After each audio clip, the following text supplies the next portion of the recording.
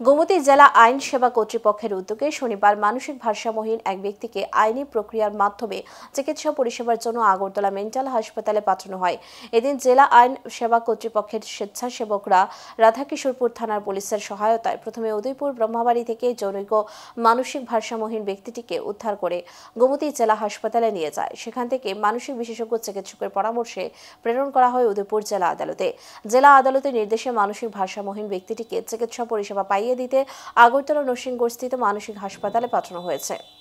তো কিছুদিন যাবৎ লক্ষ্য করা যাচ্ছিল যে উদয়পুর টাউন এলাকাতে একজন মানসিক ভারসাম্যহীন ব্যক্তি সে প্রায় ঘোরাফেরা করত এবং অনেক সময় সে পথচারীদের উপর আক্রমণ করত।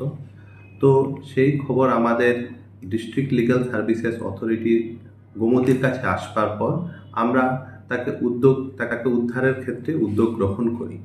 তো আজকে আমাদের পিএলবি প্যারালিগ্যাল ভলান্টিয়ার্সরা উদয়পুর আরকেপুর থানার সহযোগিতায় সেই মানসিক ভারসাম্যহীন ব্যক্তিকে উদ্ধার করে এবং পরবর্তী সময়ে তাকে গোমতী জেলা হাসপাতালে একজন